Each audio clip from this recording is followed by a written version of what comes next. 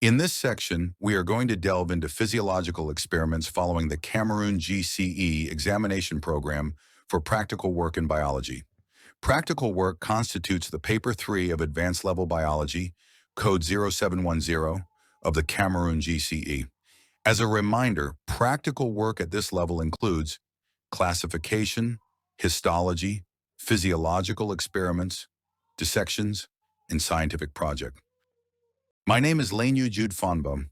I am a holder of a Bachelor of Education degree in Life and Earth Sciences from the University of Marua, Cameroon, and a Doctor of Philosophy degree in Clinical Biochemistry from the University of Dishang, Cameroon.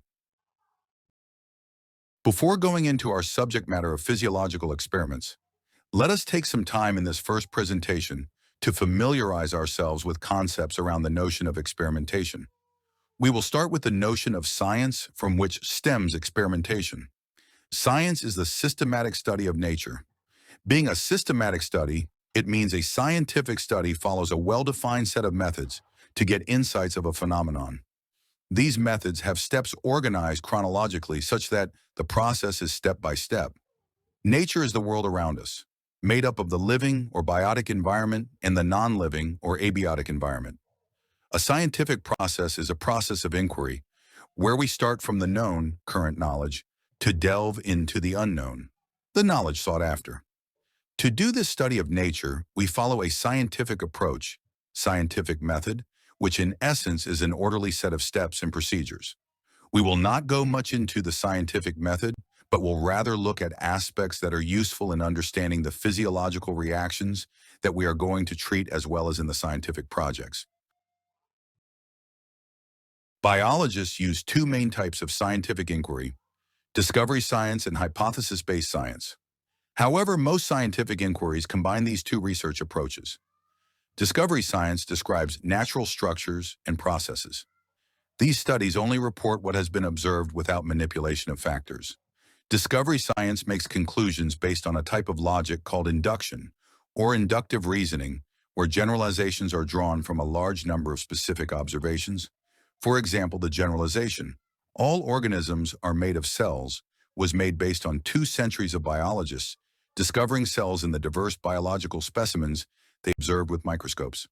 Hypothesis-based science, on the other hand, seeks natural causes and explanations for observations in descriptive science. Such inquiry usually involves proposing and testing of possible explanations, that is, hypotheses. Hypothesis-based science makes conclusions based on deduction, the if-then logic. Deductive reasoning draws specific conclusions from general concepts. From general arguments, we extrapolate to the specific results we should expect if the arguments are true. For example, if all organisms are made of cells, argument 1, and humans are organisms, argument 2, then humans are composed of cells. Here we look at some important concepts in the scientific method that will be helpful to us. We take the concept of the problem. A problem in a scientific study is an issue or a challenge to address or solve. It can be a gap in knowledge, a practical issue affecting nature or humans, or an inconsistency with current knowledge. For example, high school students struggle with understanding practical work, leading to poor scores at certificate examinations. Here we see a cause, which is the problems with understanding practical work, probably due to the teaching method used, and an effect or outcome, which is poor results. From the problem comes a study question, which will guide the whole process as we seek to answer it. A study or research question is a specific inquiry derived from the problem. This question should be clear, focused, and measurable. It should be unambiguous.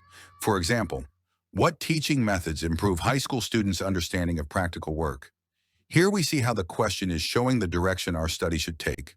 We can then seek to manipulate the cause by using different teaching methods and see if this affects the outcome, which is the result. Each study has what we want to arrive at, the objective.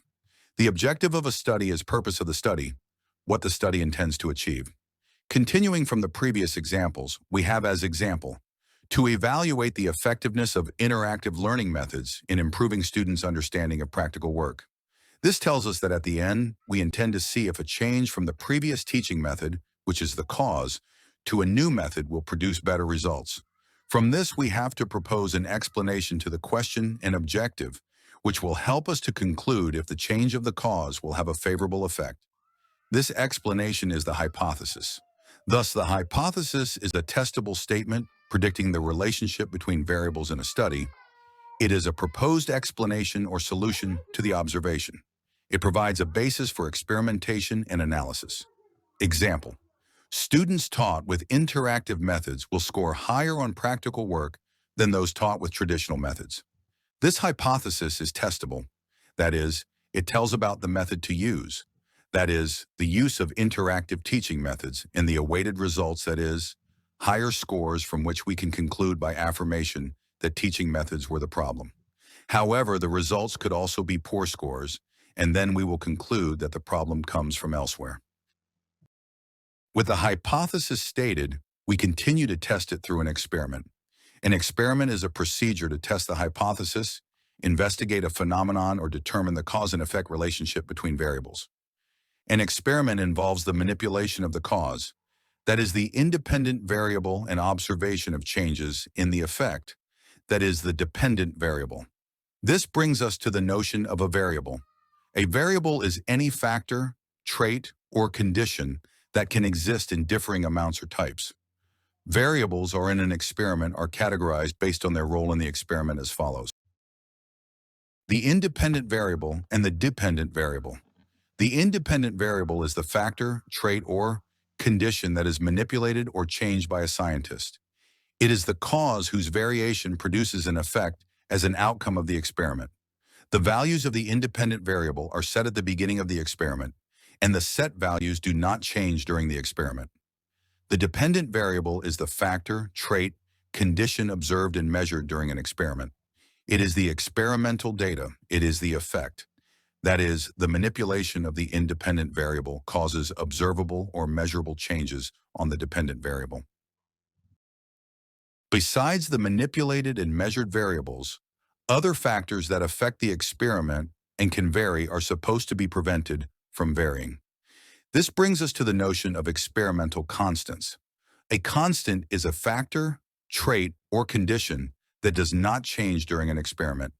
It is maintained at a single value throughout the experiment. Ideally, only one independent variable should be manipulated in an experiment so that the effect should be linked only to its variation. In order to ascertain that the effect or the changes observed in the dependent variable is rightly due to the cause or independent variable, we use a control experiment. A control is set up prepared along the experiment in which the independent variable is removed or absent or kept constant. By eliminating the independent variable, the control helps to prove that without the manipulation of the independent variable, there will be no effect on the dependent variable. This helps us to confirm that the effect is rightly due to the cause. Another factor to consider in an experiment is the confounder. A confounding variable is one condition that interferes with the relationship between the independent variables and can lead to false results and conclusions.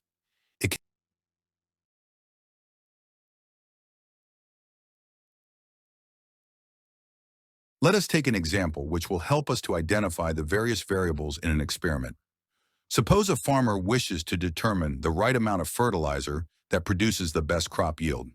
We suppose here that the farmer will grow the crops in several sets simultaneously and will apply different quantities of the fertilizer to them and observe using growth parameters like height. The minimum quantity will produce the best yield.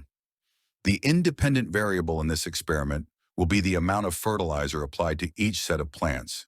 The dependent variable will be plant growth measured through growth parameters like height or number of leaves. The conditions to keep constant will be type of plant. Use one type of plant, the amount of water. Water the plants with the same quantity of water and type of soil.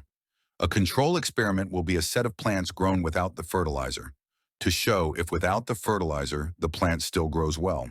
The confounding factor may be a pest infestation affecting plant growth during a fertilizer experiment. This infestation will obviously reduce the yield and thus falsify the results. We are going to continue with the second part of this topic, which is on presentation of the results of experiments. The experimental data. Thank you for your time. I hope you enjoyed following up the presentation. Please subscribe to this channel, comment, like, and share.